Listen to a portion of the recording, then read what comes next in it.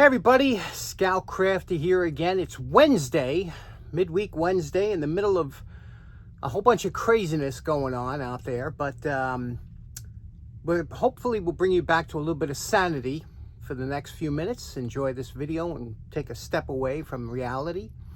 I have to tell you something for those of you just tuning in. I do go on my poor man's flea market walks, which means I take a walk usually on garbage night to look around and see what delicacies are being thrown out by people that are moving. And it's been a good year. I mean, people have been leaving New York in droves, and you know why. And when they do leave, they leave a lot of stuff behind, and that's what makes the flea market so much fun. However, yesterday was a rough day for me. It was really tough because there was so much good stuff thrown out that I couldn't take. And it's almost depressing. Can you imagine that? First of all, let me start with the smaller stuff and get up to the biggest stuff. You know, I collect somewhat blow molds. Blow molds are these blow molded plastic figurines, all different types. I have you know, the swans, and I have the obviously the Santa Clauses were big. Everybody remembers those. I have a whole bunch of, you know, Thanksgiving. I got all different types that I would come across, and if they're inexpensive enough, pick them up. But the prices on those have been going up steadily. I've always wanted the manger, you know, that full manger set that comes with everybody, you know, including the baby Jesus that you put in after Christmas Day. And I always wanted that set, the old one, the vintage one. I think Empire Man, I don't know, but I always wanted that set. Just, it's hard to come across, you know, the full set.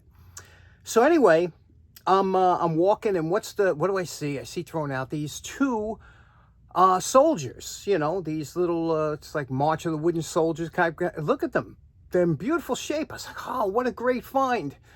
So I'm walking around with them, and I said, I better go home and drop these off, because I look like some kind of weirdo walking around with two little puppets in my arms, you know, like some kind of ventriloquist nut. So anyway, I brought them home.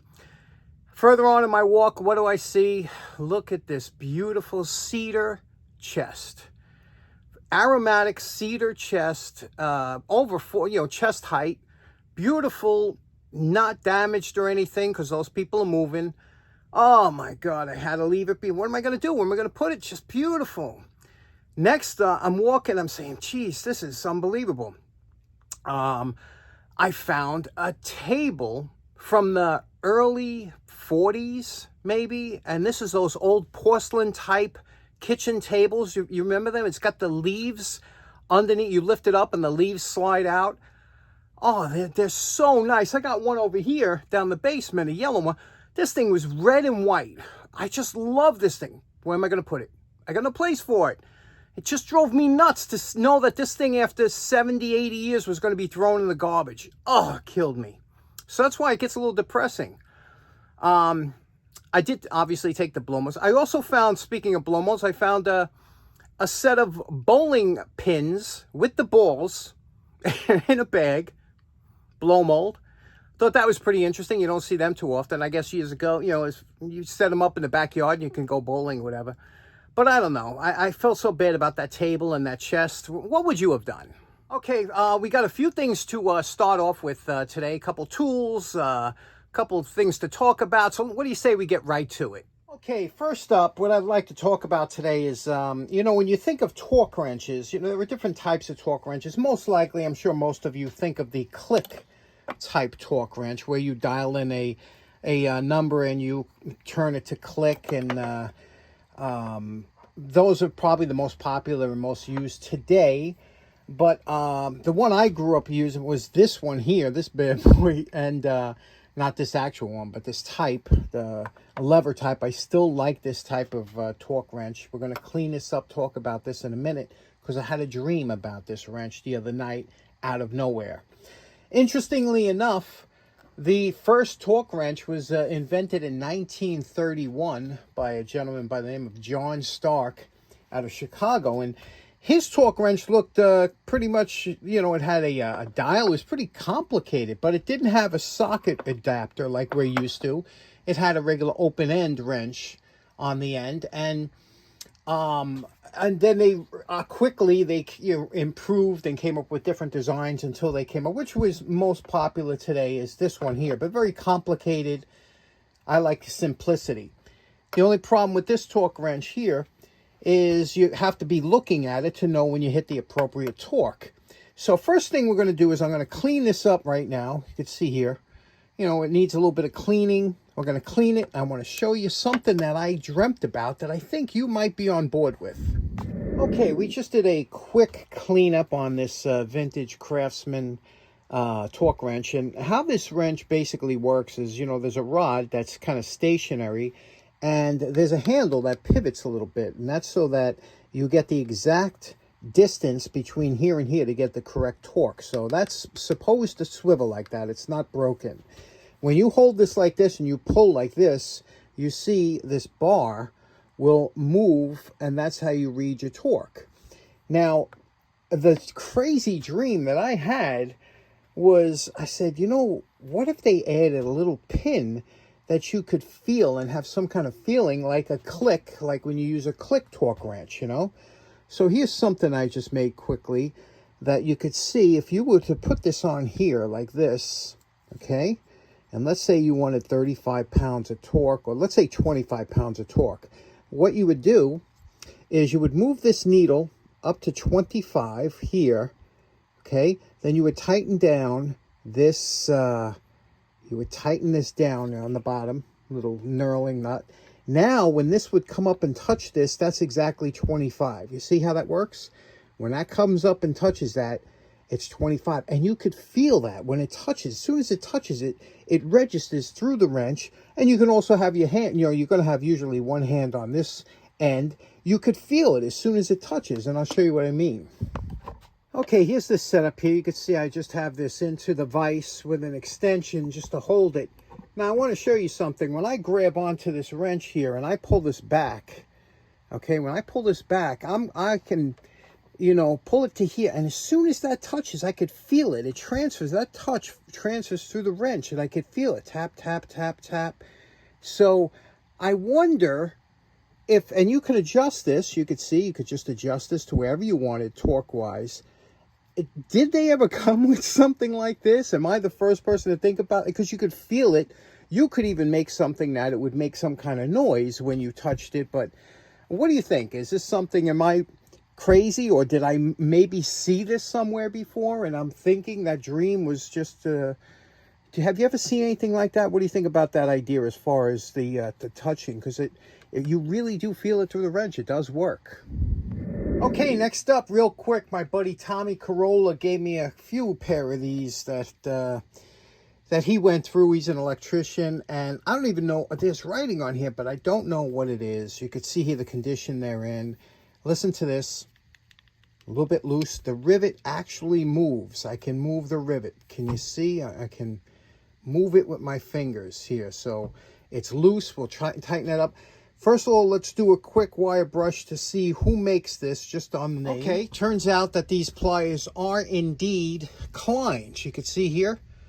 Can you see that there? It says Klein pliers, and it's got the man on the USA. The problem is that the stamping is extremely light on here. So light that, you know, it's going to come off no matter what you do. So over here, you can see here it says, will not protect against electric shock.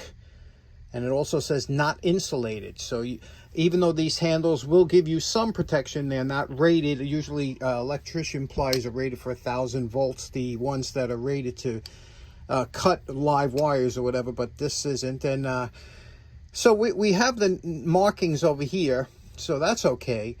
But I don't know, this, like I said, there's nothing you could do because there's dents and dings around it.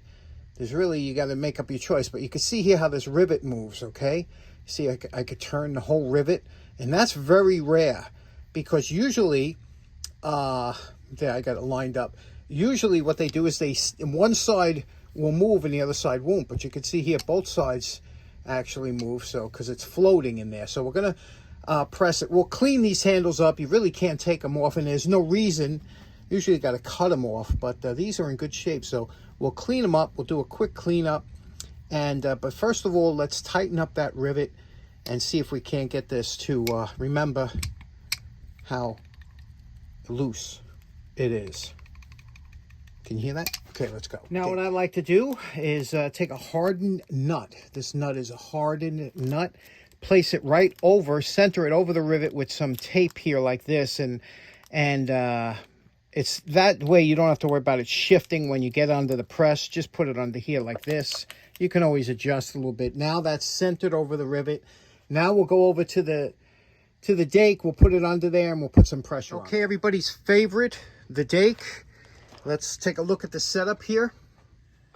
Okay, pretty straightforward. Now, anytime you're going to press something small like that nut with the nose, save your nose cone, because these aren't hardened. They're actually of a softer material so they don't explode.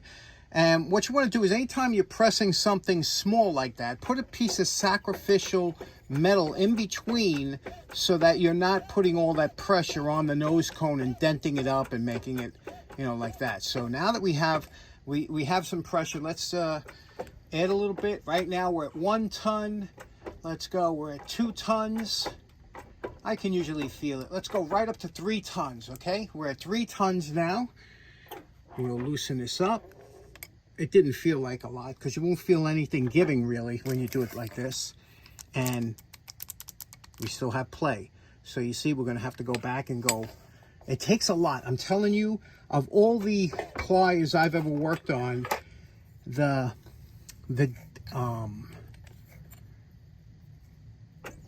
Klein ply, the rivets are the hardest of all. So let's go. I'm going to have to go pretty much a lot further than that. Oh, camera shaking. Here we go. All right, now we're up to, let's go to 5. There we go. That's 5 tons. You can see it gives a little bit. Let's see what that looks like. Okay, that took 9 tons of pressure. Now you see it don't open on it. It's a little bit tight, but you see, look, a little bit tight, no more rattle, but it took 9 tons. It'll work, but you know, like I said, look at what it did to this hard nut. That's what 9 tons of pressure does to a hardened nut. But, you know, again, the rivets on the Klein are the hardest I've ever seen of any pliers. Usually they deform. There's not not anything that shows that we put 9 tons of pressure on there. The steel that Klein uses is so much superior than anybody else's. But let's clean it up a little bit. We'll leave this untouched and we'll clean the handles.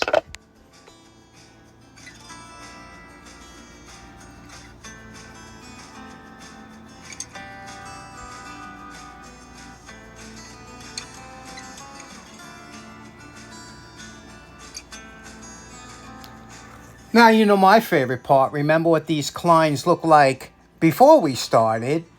And we're calling this project done. We had to walk the line on this one because we wanted to keep the name.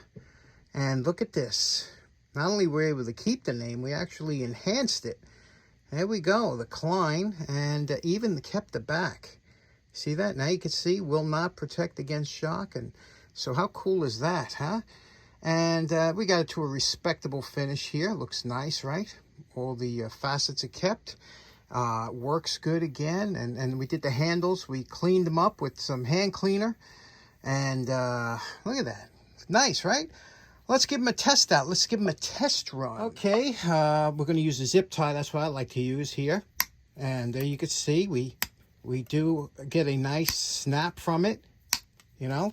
Now, this jaw was originally, you can see here at the very tip here, a little bit of damage. That's why we didn't go over the top with this, you know, with new Klein coats and everything. These literally were considered worn out. You know, when Tommy's a professional. It's the minute something isn't 100%, he just, you know, gets a new pair.